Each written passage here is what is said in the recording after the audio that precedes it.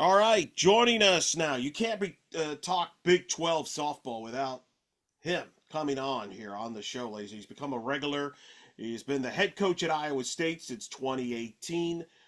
He knows the Big 12 inside out, and of course has been on our show every year since then, pretty much since I think 2019. Heck, he was our Big 12 Women's College World Series analyst for the National Championship Series last year on in the circle. And I speak of our good friend Jamie Pinkerton joining us here on In the Circle at D1 Softball. How you doing? Doing great. How you doing? Very good. I know you're busy. It's a busy time. The Chiefs are in the playoffs, and you're getting ready for a softball season, a tradition unlike any other for you when you're balancing those things. But how has this fall gone? You've got a young roster, 8 freshmen, as we'll talk about. So, how did the fall go as you now get closer to the start of the season? Well, it's obviously when you have a young team, you're trying to move pieces around and everything. Quite frankly, I thought in the fall, I was surprised at how we played and how we meshed. I mean, obviously, it's not the grind of practicing every day and traveling 5 or 6 straight weeks on the road like we do coming out of Iowa in the winter and headed south to play and find warm weather, but. I thought we won the games and played well. I think if you were asking me, I probably would think we scored more runs than I thought. I mean, we were able to average against the Division Ones. We put up 12, 13, 14 runs a game, and then won the games we should. We lost a tough one to Minnesota. Had a really good game with them. It was a extra inning game. We lost 1-0, and it was a really great learning experience for our team because we sent a freshman out in the eighth inning, and she had a leadoff walk, and it happened to be Breezy for them, who stole second, bunted her third, and scored on a ground ball, and that's how we lost. So. But I was pleased. I mean, obviously, we would like to have some more offensive production, but that kind of gave us a measuring stick going into the off season. And things are going well. I mean, obviously, we have a few positions that are pretty settled, but just we had some injuries in the fall and kind of had to spot start people and hold people out. So I think that's going to be our challenge the next 2.5, 3 weeks before we head to Miami to play and try to settle in on our lineup. And I mean, and it won't necessarily be etched in stone, but we definitely with this group, I feel, and I think our coaching staff feels that there's a lot more versatility when it comes to position players, and I feel like depth-wise, being youth, I'm not saying we're going to be a regional team. I mean, obviously that's the goal.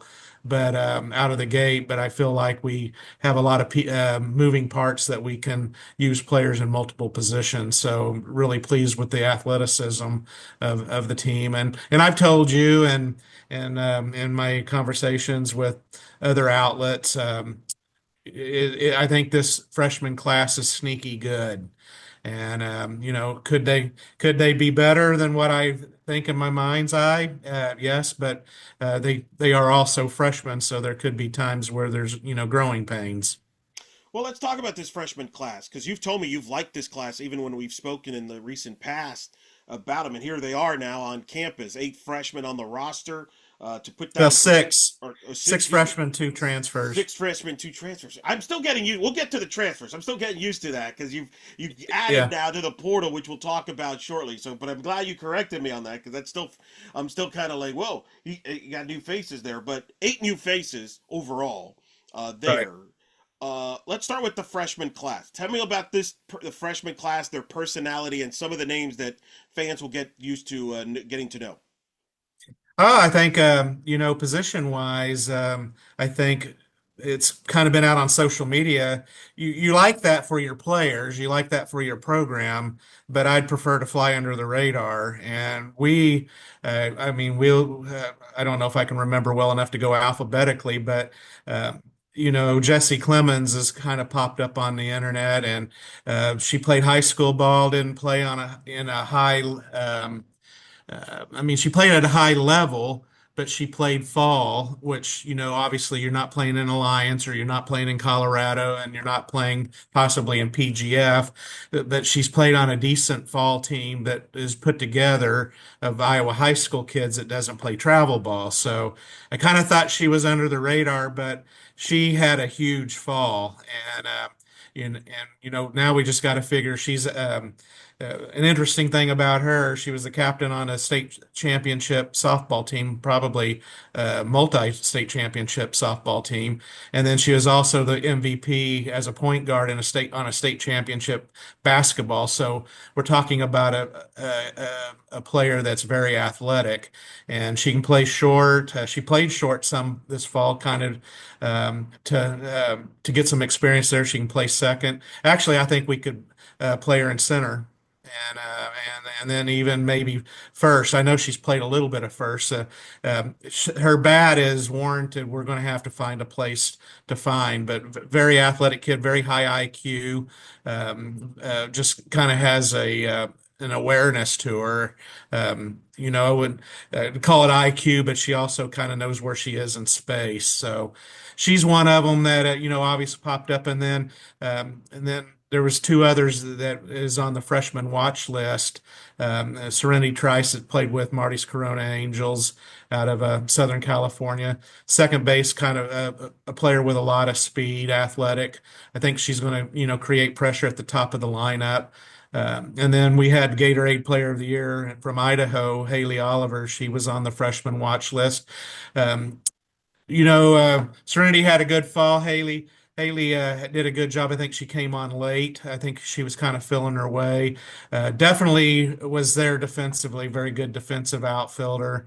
And I think the bat has come along, and even in the first 3 days of practice, I think that was the adjustment. And she played on the Bandits out of Washington, and obviously is from Idaho. So those are the three that I think people have seen on social media.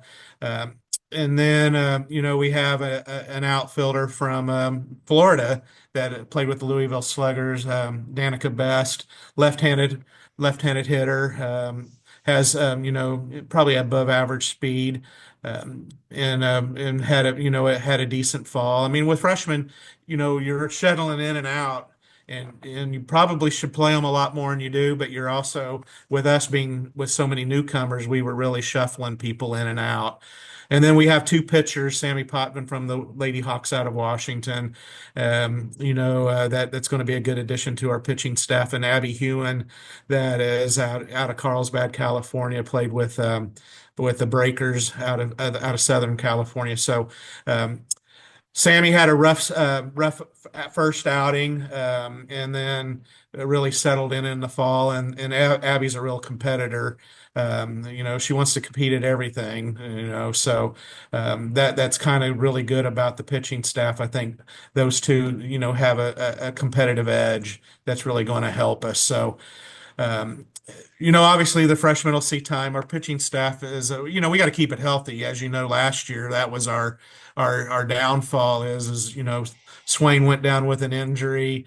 Jaden Ralston, was nicked up, and then we depended on Rodriguez and and our sophomore pitching staff that to pitch last year as freshmen, and they probably weren't as ready.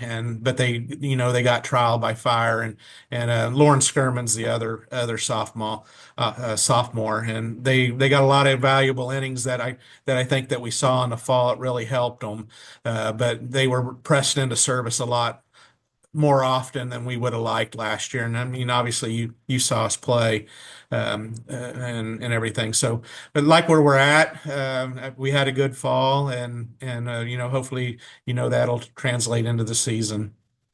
Yeah, you mentioned some of the social media. Jesse Clemens, yes, part of the D1 softball top 100 freshman watch list there. But you mentioned some of the freshmen and the pitchers. Expand on the pitching staff a little bit, because you're right. The injuries kind of did you in last year. Really, if you look at it, if you're healthy pitching last year, you might be in the mix for the NCAA tournament, especially the way you played at times during the season last year. So how do you envision the staff? Is it a committee? Do you think it kind of will evolve as the season goes on? How would you identify your pitching staff? I think we're deeper. I mean, we have, Kate has done um, a great job of formulating a staff. I mean, she's real big into analytics and matchups and things like that. I mean, we can start with junior Jaden Ralston. I mean, she's got really good stuff. Is in the mid 60s, can probably touch 67, 68, and then she can have and then she's complemented by Tatum Johnson, who's the other junior that is really she can throw mid 60s. And then we don't have any senior pitchers. So, I mean, those two last year battled injuries, and that's where Skirman, that's a sophomore, and Aziza Rodriguez came in, and they got a lot of valuable innings last year, and then the two freshmen that we talked about. I think if Ralston's healthy and Tatum is healthy, and Tatum's always been effectively wild, if we can get those two in a place and then have the matchups, that would be great. If they continue to battle the injury bug with any pitching staff, then we're going to have to piece it together, and they all bring their strength to the staff. And obviously Aziz is the only South, Rodriguez is the only Southpaw. But if we can piece that together, then we have like we did this fall, we can be pretty good. Of course, there's a couple of seniors in your roster. One of them being Angelina Allen, who, speaking of social media, is on the D1 Softball Top 100 player list. She's on one of the top position rankings list for the outfielders. Just speak of her and the caliber of player. I mean, I got to meet her last year at the Big 12 Championships. There was such a smart kid, well spoken, and I would imagine one of the leaders on your team. Yeah, she's the captain. Mo is just first off, a great human, and obviously is getting into the analytics side. She knows the sport. She has a high IQ. She did an internship with the Yankees this past summer, so I mean, people are aware of her, and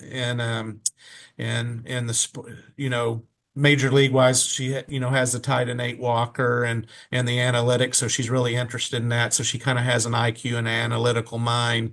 Knows her swing very well, as we know. I mean, she can hit the ball out, pulling it down the line, or she can hit it to the opposite field. Just kind of reminds me of obviously the way she swings and kind of approaches a kind of a Rod Carew, Tony Gwynn type, that hasn't aware of what the pitcher's trying to do and knows her swing and kind of goes with the pitch. Her freshman year, she had a really successful year, and then sophomore year, she kind of the people got a book on her.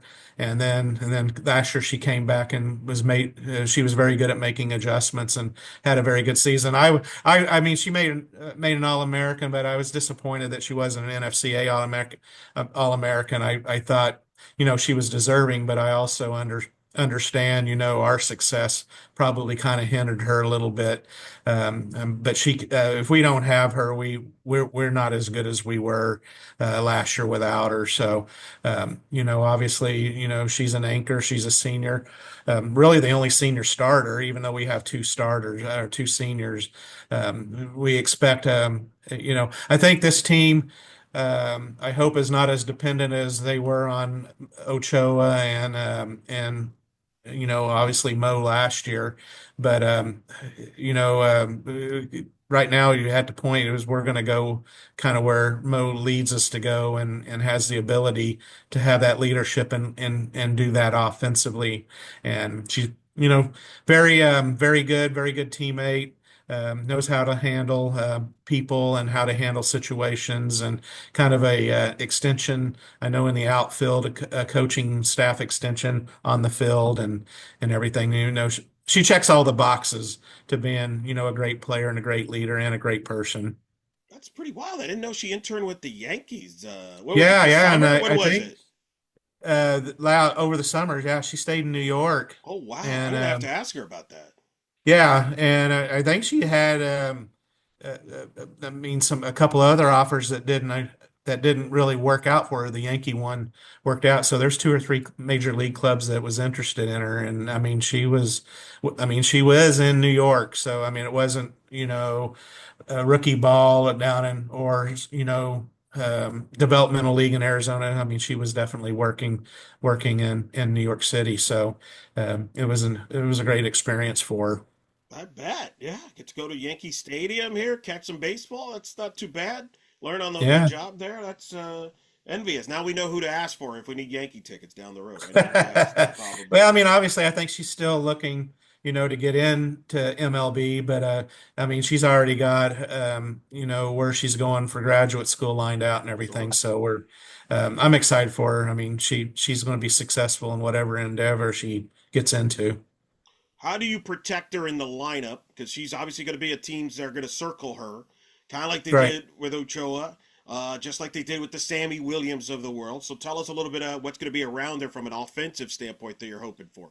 Well, we were able to protect her last year, and, just like we were with Sammy, we had people in front and behind Sammy that, well, remember Michaela Ramos drove in a lot of runs. Yeah. She was the RBI leader on that regional final team just because she was behind Sammy, and Angelina had, with her, we're going to have to do the same thing, and I think by bringing in the transfer portal kids, I think with the 2 seasons that Reagan Bartholomew had at Miami of Ohio, I think we got somebody behind her and Ashley Miners back that had 9 homers and maybe 40 or pretty close to 40 RBIs last year. I should have printed off a stat sheet, but I think we've got the ability to protect her. And I've been toying with it. I haven't decided yet, but I'm looking, and we did it in the fall, looking at leading her off. I mean, obviously she can run well, but, she's not a 15 to 20, 25 stolen base type person. But I think we did that some in the fall. I haven't quite played with it, but you could possibly see her in her traditional two spot, or even leading off, and then have Bartholomew and Minor behind her. You mentioned Bartholomew. Let's talk about the two new transfers. You got Bartholomew from Miami. I thought that was really like, wow, that's a big pickup. I've seen her play as well as Cindy, obviously, there at Illinois. Talk about those two and how they've fit in with the rest of the crew. They have been fantastic. I mean, obviously, um, there was quite a bit of interest in both of them. But Bartholomew, I know with the numbers she put up, that early on that she had a lot of calls and everything. But it was a situation. She's from the Des Moines area, Waukee, and we just got to talking, and then you start seeing photos of when she's a little kid wearing Iowa State stuff. And so we just got to talking, and I think she liked the coaching staff. I know she's built a good relationship with the coaches and the players, and just kind of transitioned in, and it wasn't really like Ranches left and she stepped in, and we've had Clemens at short a little bit, but she came in and did a good job for us. Both of them kind of were nicked up a little bit in the fall, but Sydney Malott, we call her Reggie, and then obviously Malott's Lottie. Um, we've got to figure out what we're going to do. She's so versatile. She can catch, she can play first, which she did at Illinois. I think she even played second and third. When she played with the Aces and out of Kansas City, she was a shortstop. So, we depending on how the lineup goes, this is the versatility I'm talking about with this team. Just the ability of possibly her being able to be plugged into the lineup in a couple of spots. But those two have really transitioned and came into the mix, and I think they're going to be leaders. I think the fall they felt their way, but just the way they go about their business. Reggie's kind of quiet, and Lottie is she's kind of observes things, and then what I've seen with both of them is they'll interject when they feel like they need to. But I see them becoming leaders more as we get deeper in and into the flow of the season. You're very selective when it comes to going to the portal. You're not one that just automatically is going to go to the portal. Like it's got to be the right fit, the right kid to bring to your program and to your culture. It reminded me a little bit when I think Marcus Freeman was asked about it during the college football playoff, and he's like, "We're not going to ever major in the transfer portal, but we'll minor in it. In other words, add a piece or two that would fit there." Take me through that process because, like I said, it's very you're not going to just go in there. So these two obviously stood out for a reason above. So take me through that process when you made those decisions that these two would be a right fit.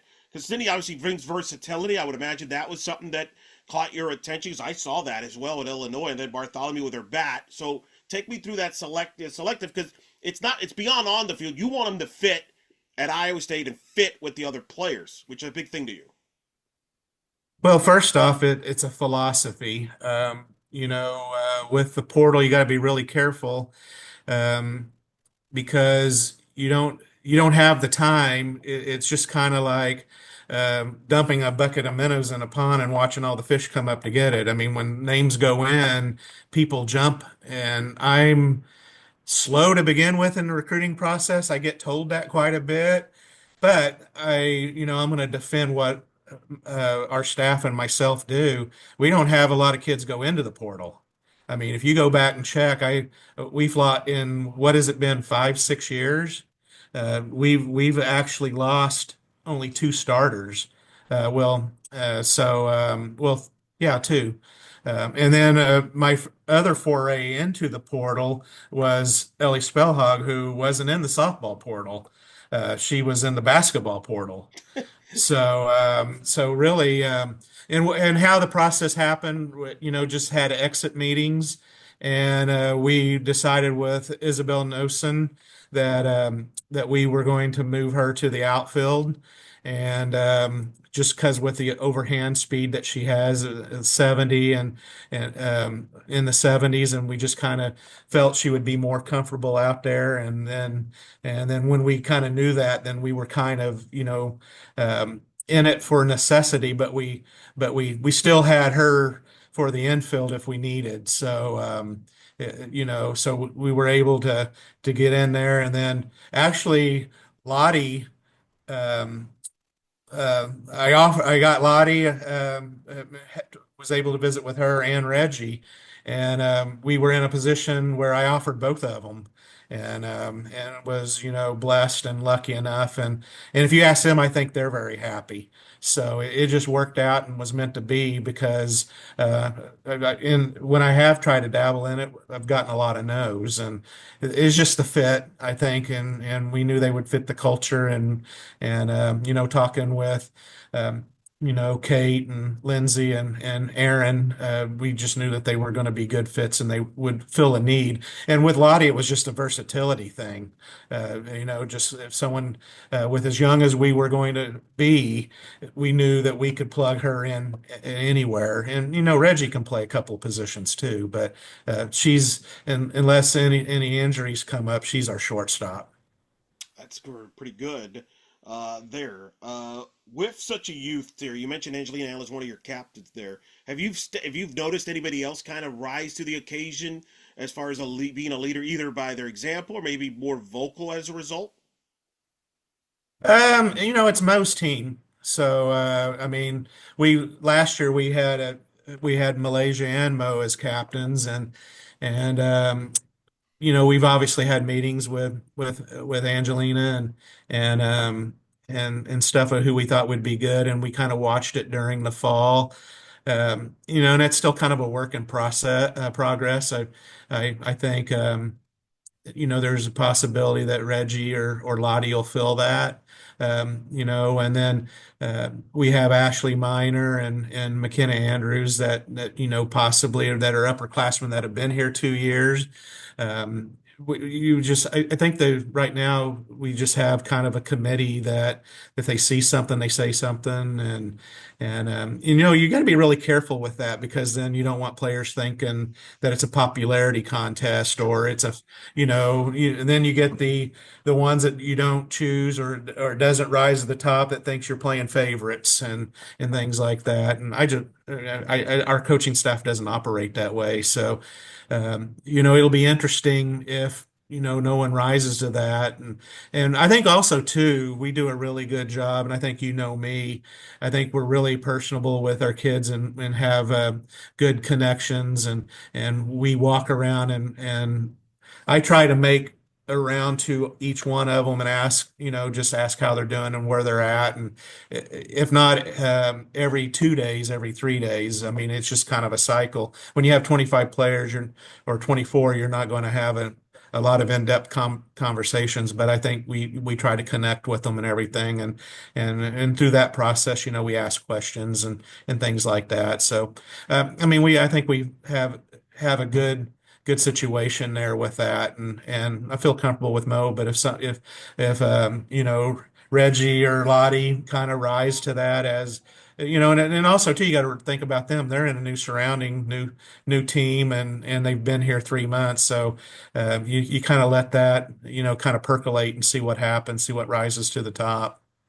Well, how did she get the nickname Mo, by the way? What did they like there? Like I feel so out of place for asking. Like, whoa, they like it's like the inner circle there for her. Like, It was just a name that her parents gave her, really? Oh, I'm and gonna have to everything. ask her Yeah, on this. Oh, I okay, yeah. I guess okay. you'll You're have to giving me ask her. material here. I like this. I got so much to talk to her about Yeah, when we no, get a it's chance. it's always Mo.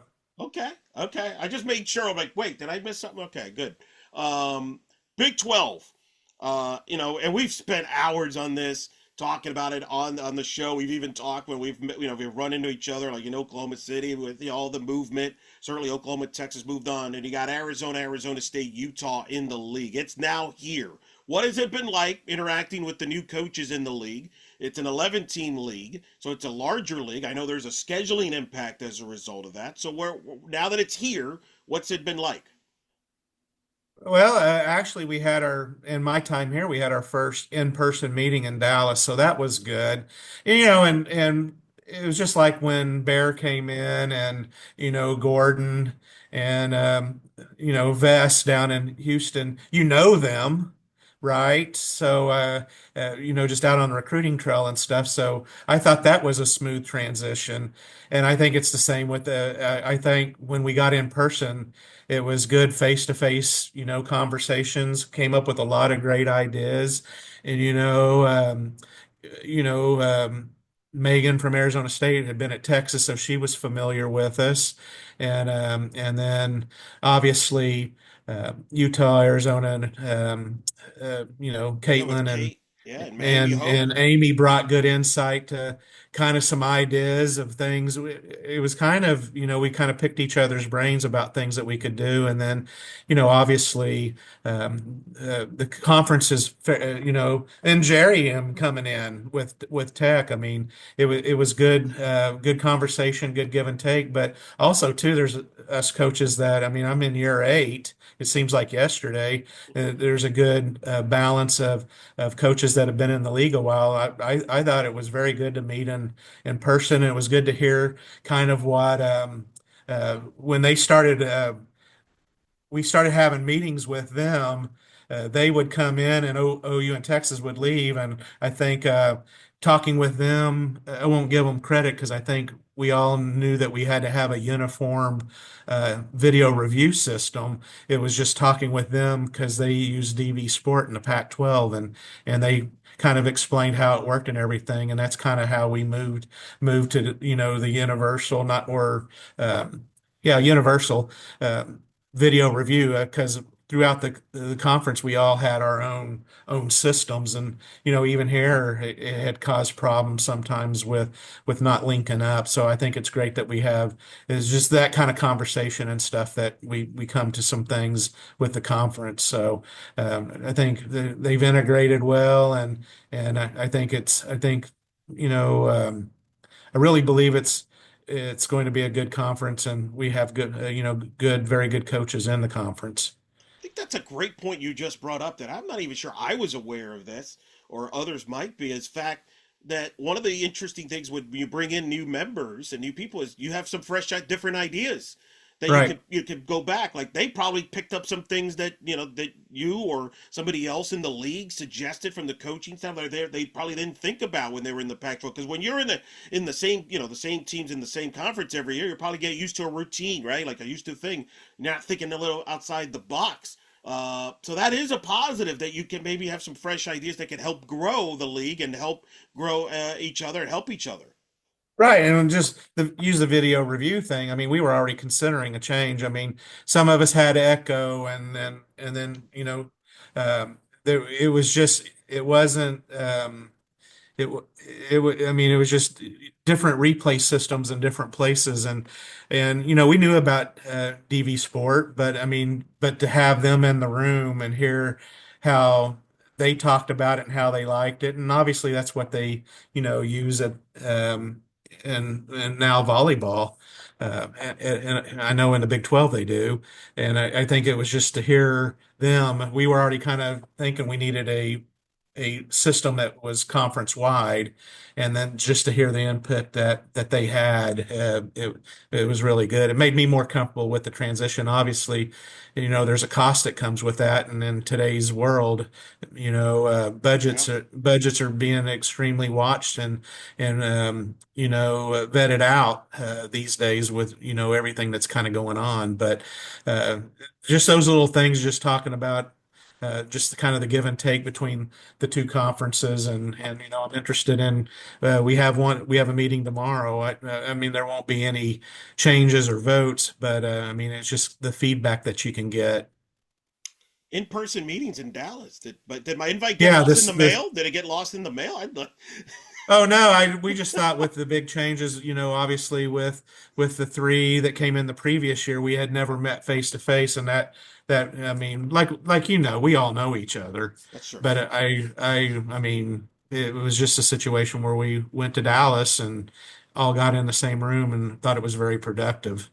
All right, I'd be open if you ever invite me to that. I'll join you all coaches there and suggest things Well, too. we'll let the Big 12 invite. They're the one. It's their office. Fair. No, I know some of them. They're good people there. I got to meet last year at Oklahoma City. Are you and Kenny like? I don't want to say leaders. I don't want to put words in your mouth, but you've been in the Big 12 a long time. So has Kenny. Are you two now the like kind of the I don't want to say spokesmen or the league, but are you the ones that Oh. speak? Who give me like what is that room like now with the No, coaches? no. I mean, obviously through COVID and everything, I was on the return to play type things. I get volunteered for a lot of things. So, but no, I mean, Kenny has a good, I mean, vo voice. I mean, Glenn, myself, and Triton. I think it's kind of been, I think it's the way it's supposed to be. I think everybody has a voice and has thoughts and everything. So I think it's been just like when UCF, Houston, and BYU came in. Gordon and Bear and Vess has brought in great ideas and stuff, and then the conversations that are sparked after meetings or out on the recruiting trail.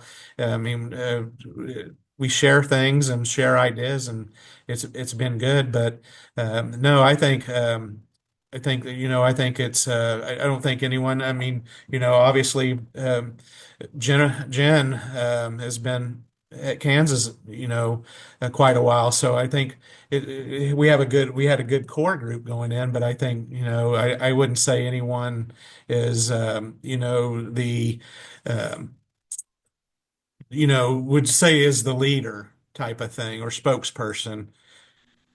That's I forgot Glenn. Thank you for correcting me there. Of course, Glenn's the longest tenured at Baylor. Just spoke to him. Yeah. That's Oh, fair. I'm sure, when you got 11 schools now, I'm sure I missed somebody. It's So, tough. It's tough to keep track there. But let's talk about this league because you and I talk. We're passionate about the league. You've gone on, here on the show. We've talked a lot about how the league doesn't get its just due at times. I thought last year was one of the exciting conference races ever. I thought it was the most exciting conference when as far as the brand of softball, top to bottom. I think at five bids, could have easily had seven. There was a couple that just missed out, literally on the first four. And I know that some teams moved on and people focus on it, but I feel like it's going to be as equally as exciting this year, equally as more depth and balance. And it's just as fascinating of a league with so many storylines here. And I think the Big 12 is not taking any steps back. They're still going to be right near the top of the sport. Yeah. Oh, I agree with you. I think arguments could have made. You and I know how we discussed off air. That there could have been as many as three. I mean, BYU had an argument, Tech had an argument, and then, I think if Kansas could have sustained, and I think they should have still been considered, Sure. and then I think, and I'll believe this until I ride off in the sunset. If we don't have the injuries we had, we could have been in the conversation. But, obviously we were below 500, but, Tech, I felt, RPI wise, definitely had an argument. And, BYU and Kansas were right there. That, RPI, if it could have been more kind to them, we could have had more. But I don't see anything different this year. I reserve the right to see how our young ones play, but I mean, I feel like us, we start off pretty good, and then we kind of figure it out. Then our MO is usually get hot during the season and usually finish well.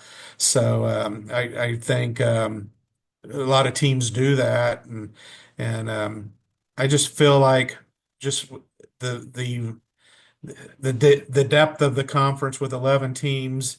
I just think it's going to be wide open, and it's going to be maybe can be as crazy as for a Big 12 title, and seeding at the Big 12 tournament could be as crazy it was for football. Does your players get feedback, get kind of a feed from like the other student athletes? Football had a great season. Coach Campbell, I thought, did a great job. Got him to the Big 12 championship game within a game of the playoff. Maybe I think should have been considered for the playoff for Well, that 12 seed. you can't lose six defensive starters. And I mean, our defense didn't go bad overnight. They were giving up 14, 15 points a game, and Right. then, as the season went on, we lost our three starting linebackers. And when you run a 3-3-5, you got to have your middle linebackers. So, I mean, I don't know anything about football outside of being a fan. You and I have You discussed did a that, pretty good job there. There was a but good breakdown there. yeah, but when you run the defense that they run here, and you can't have injuries, and I think it's kind of like it was.